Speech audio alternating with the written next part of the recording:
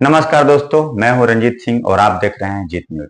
दोस्तों, आज हम बात करने वाले हैं कि लगातार मार्केट गिर क्यों रही है, साथ ही ये मार्केट कब तक ऐसे ही गिरते रहेगी और इस गिरावट में हमें क्या करना चाहिए। साथ ही बात करने वाले हैं कि क्या अब यहां से मार्केट ऊपर की तरफ जाएगी या अभी और नीचे जाने की तैयारी में है। साथ ही इसका सबसे बड़ा बात कि मार्केट की गिरने का वजह क्या है। तो चलिए शुरू करते हैं इस वीडियो को। लेकिन उससे पहले अगर अभी तक आपने इस चैनल को सब्सक्राइब नहीं किया है तो आपसे निवेदन है, वैसे तो आपकी इच्छा होती है, फिर भी निवेदन है कि इस चैनल को सब्सक्राइब कर लें और ये वीडियो अगर आपको थोड़ा सा भी अच्छा लगे तो इस वीडियो को भी लाइक कर दें, इससे हमारा मनोबल बढ़ता है। तो चलिए शुरू करते हैं इस वीडियो को।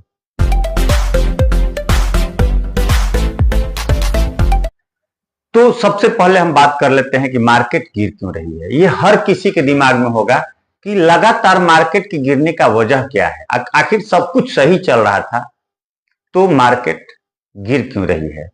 तो आप अगर नए नहीं हैं शेयर मार्केट में तो आप इस चीज को गौर किए होंगे कि मार्केट गिर कब से रही है, मार्केट का मूड खराब कब से हुआ है।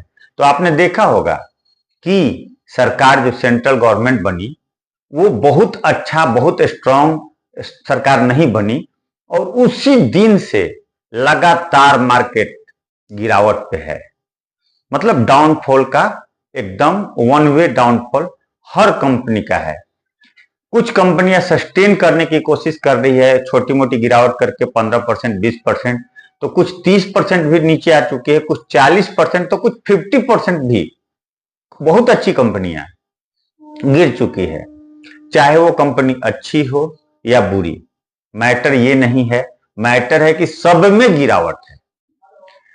तो पहला नंबर रीजन कि सरकार का बहुत ही अच्छे संख्या बल न मिलना सांसदों का। दूसरा नंबर चीज कि उसके बाद लगातार इंडिया में जो गवर्नमेंट मोदी जी का तीसरा टर्म बना तो इन पे एक प्रेशराइजेशन दिख रहा है। वो खुलेआम जो स्वतंत्रता होती थी इनके पास वो इस बार नहीं दिख रही है। आप देखे होंगे कि मोदी जी का बहुत ज्यादा इस बार भाषण या अमित शाह का भाषण या बीजेपी के फ्रूट मतलब फॉरवर्ड होकर खेलने का वो बैकवर्ड में खेल रहे हैं। तो इससे बहुत प्रभाव पड़ता है। अगर आपका टीम का कैप्टन अगर थोड़ा बैक से खेले तो मनोबल पूरे टीम का गड़बड़ होता है।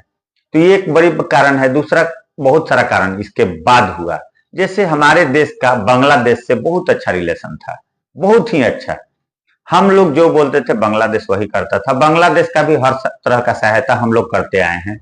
इवन बांग्लादेश को बनाने वाली कोई देश है तो वो भारत ही है। तो वो बांग्लादेश एक पर एक वहां पे सत्ता को हटा दिया गया। सत्ता में जो पार्टी थी उनको हटा के और नए सत्ता में यूनुस खान, अमेरिका के जो आप कह सकते हैं कि शांति वो कौन पुरस्कार है, वो पुरस्कार वहां उनको मिला था। तो उस पुरस्कार के विजेता यहाँ पे आके और पद को संभाल लिए। और इनका जो है लैंग्वेज शुरुआत में ही भारत के अगेंस्ट में जाने लगा। बहुत तरह का इनका स्टेटमेंट आया और उसके बाद वहां पे हिंदुओं के साथ बहुत तरह से अत्याचार भी हुआ। तो ये जो है एक माहौल अशांत हुआ। तो ये एक बहुत बड़ा कारण उस मूड को और खराब करने में ये हुआ। तीसरा कारण कि जो इजराइल युद्ध कर रहा था अभी तक हमास से, उसका हमास से युद्ध के बाद अब ईरान तक बात पहुंच गई है। और ईरान जो है बहुत बड़ा तेल जो है निर्यातक देश है। अब समझ सकते हैं सारा बिजनेस तेल से ही चलना है। इवन महंगाई दर को संभालने में तेल का रेट बहुत मायने रखता है। और तेल अगर कोई बहुत बड़ा तेल निर्यातक देश अगर तेल वहां पे प्रभावित हो जाए, वहां का बिजनेस प्रभावित हो जाए तो हर देश पे प्रॉब्लम आएगा। तीसरा, अमेरिका का जो रुख पहले था भारत को लेके वो इन 2 साल के अंदर भारत को लेके थोड़ा सा बदला है। उसका कारण है कि वो चाह रहे थे कि हम उनका पिछलग्गू बन के रहें, वो जो बोले हम वो करें। वो बोले कि हाँ तुम रूस से बात ना करो तो हमारा देश बात ना करे। लेकिन मोदी जी ने ऐसा बिल्कुल ही पिछले टर्म में नहीं किया। जम के तेल खरीदा, जम के पैसा बनाया भारत देश ने, और अपना भी माल, अपना रुपया में उनको, पहले तो उनके साथ बिजनेस शुरुआत हुआ डॉलर में ना करके, और उसको हमने रुपया दिया। और जब उस रुपये को चलाने की बात हुई कि इतना रुपया हम करेंगे क्या, तो फिर उस रुपये के बदले हम लोग अपना सामान उनको देना शुरू किए हैं। और उसके कारण अब अमेरिका जो है प्रतिबंध लगाने की बात करने लगी, तो इससे भी मार्केट का मूड खराब हुआ। चौथा, रूस यूक्रेन अभी तक कंटिन्यू चल रहा है और उसका भी अभी बहुत ज्यादा कोई समाधान निकल के सामने नहीं आ रहा। पांचवा एक और फ्रंट खुलने की तैयारी है, ताइवान और चाइना का।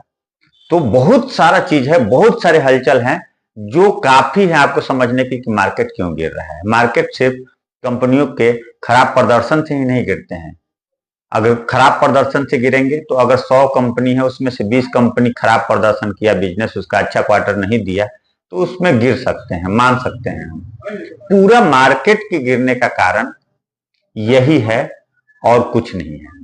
अब बात करते हैं कि मार्केट में हमें अभी एंट्री करनी चाहिए कि नहीं। तो मुझे जहां तक लगता है कि अभी सही से ठीक ठाक गिरावट हो चुकी है। आप जिस कंपनी का भी शेयर खरीदने का मन बना रहे हैं उसका पूरा बेसिक जांच कर चुके हैं, अगर आप वो सही है, हर स्टेज पे सही वो दिख रही है, उसका गिरावट भी अगर सही से हो चुका है 30-35% तक, तो आप वहां इन्वेस्टमेंट कर सकते हैं। क्योंकि मार्केट आप पिछले साल और उसके भी पिछले साल, यानी लगातार आप देखेंगे तो ये सीजन जो होता है दुर्गा पूजा के टाइम का सीजन, कंटिन्यू हर साल इस समय गिरावट होती है। और चूंकि सिर्फ इसी मार्केट में नहीं, नॉर्मल मार्केट में भी बहुत सेल कम हो जाता है। चूंकि हमारे यहाँ एक परंपरा है, इस सावन भादों में ही हम लोग मार्केटिंग कम करते हैं, कुछ नया नहीं खरीदते हैं। लेकिन अब लगन जो है स्टार्ट होने वाला है और यहां से मार्केट भी ऊपर की तरफ जाएगी। तो मार्केट में एंट्री बनाने का एकदम सही स्पेसिफिक टाइम आ गया है।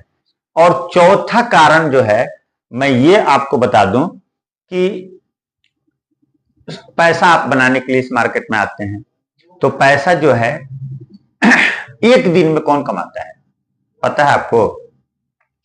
एक भीख मांगने वाला जो होता है ना, वो 1 मिनट में पैसा कमाता है, जाता है पैसा लेता है, उसको पैसा बन गया। एक दिन में जो है लेबर कमाता है, जो लेबर का वर्क करता है, पूरे दिन काम करता है, शाम को उसको उसके बदले में पैसा मिल जाता है। 1 महीने में पैसा कौन कमाता है? जो जॉब करता है, पूरे 1 महीना जॉब करता है और उसके बाद उसका वेतन उसको मिल जाता है। लेकिन ये जो तीनों क्राइटेरिया है उससे भी बड़ा होता है बिजनेस। और आप बिजनेस में हैं, आपके पैसे बनने में थोड़ा सा समय भी लग सकता है, लेकिन हाँ, एक बिजनेसमैन इतने पैसे कमा सकता है कि उसके अगले 3-4 पुश्त बैठ के कमाए खाए। तो आपको थोड़ा धैर्य रखना पड़ेगा। कोई भी बिजनेस आप स्टार्ट करते हैं तो जस्ट अगले दिन से प्रॉफिट नहीं दे सकती है। अभी आप इन्वेस्ट करेंगे, फिर उसको देखते रहेंगे, जब वो ऊपर जाना शुरू होगा, जैसे एक ट्रेंड नीचे का 40% का चला है, उसी तरह से फिर एक ट्रेंड ऊपर का 40% का ही जाएगा। वो 60% भी हो सकता है, लेकिन उतना ट्रेंड जाएगा। फिर वहां आप एग्जिट करते हैं तो ठीक, नहीं तो फिर से एक ट्रेंड निचला चलेगा। फिर ऐसे ही एक शानदार ट्रेंड, अगर लंबी टाइम के लिए आप निवेश किए हैं तो एक शानदार रिटर्न आप वहां से 200%, 300%, आप खुद से देखिए कि बहुत सारी कंपनियां 1 साल पहले और अभी में अगर उसका तुलना कीजिएगा शेयर के रेट का, तो 200%, 400% रिटर्न देकर बैठी हुई है, इतना गिरावट के बाद भी। तो यहां आप पैसे शॉर्टकट में कमाने अगर आए हैं तो फिर आप यहां से सिर्फ गंवा कर जाइएगा। अगर आप में धैर्य और धीरज होगा तो इस क्षेत्र में पैसे की कभी आपको कमी नहीं होगी। तो और यही सब मैटर है। मैं आपको बता दूं कि अभी लास्ट एक चीज मैंने आपको बोला था कि किस सेक्टर में हमें पैसा लगाना चाहिए, तो मैं आपको सलाह तो नहीं दूंगा, क्योंकि ये आपका रिसर्च करने का चीज है। आप दूसरे को बताए हुए चीजों पे चलिएगा, कभी सीख नहीं पाइएगा। लेकिन एक इशारा है कि अभी भारत जो है रक्षा का जो जितना उपकरण है वो बनाना शुरू कर चुका है, और बना ही नहीं रहा है, बेच भी रहा है। ये आपने न्यूज में बहुत सारे आर्टिकल में भी पढ़ा होगा कि हम लोग अब लगभग हर चीज बनाना सीख गए हैं। जहाज भी बना रहे हैं, पानी का जहाज भी बना रहे हैं, वारशिप भी बना रहे हैं, और रॉकेट भी बना रहे हैं। चांद पे भी हमारा माने सक्सेस मिशन कंप्लीट हो चुका है। तो हम अब वैसे देशों के श्रेणी में नहीं रह गए जो सिर्फ और सिर्फ आयात करता था, हम निर्यातक बन गए हैं। और अभी सबसे ज्यादा निर्यात किस चीज का होगा, सोचने वाली बात है। जब युद्ध चल रहा है, हर सेक्टर में युद्ध चल रहा है, तो हर देश को हथियार की जरूरत है। भारत किसी के साथ युद्ध में अभी पड़ना नहीं चाह रहा है, और न पड़ने का कोई सोच है इसका। तो उसी स्थिति में अभी जयशंकर पाकिस्तान गए, नॉर्मल न्यूट्रल रिलेशन बना के पाकिस्तान जैसे देश के साथ भी चल रहे हैं, जो कि बहुत कमजोर है, फिर भी कि हमको उलझना नहीं है किसी के साथ। तो भारत अभी हथियार बेचने वाला देश बन रहा है, क्योंकि हथियार में बहुत ज्यादा पैसा है। हथियार ही नहीं, रक्षा उपकरण जो भी बनाती हो कंपनी।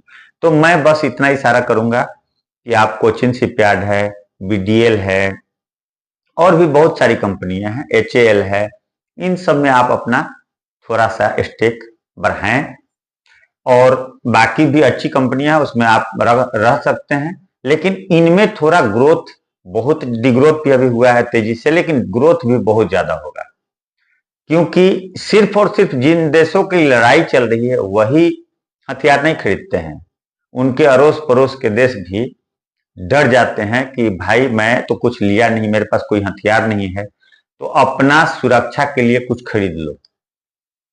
जब भी कुछ ऐसा प्रॉब्लम होता है आपके आस पड़ोस में, तब आपके दिमाग में भी जरूर ये बात आता होगा कि हमें भी अपनी सुरक्षा के लिए कुछ उपकरण लगाने चाहिए, सीसीटीवी लगाने चाहिए, 2-4 लाठी डंडे रखने चाहिए।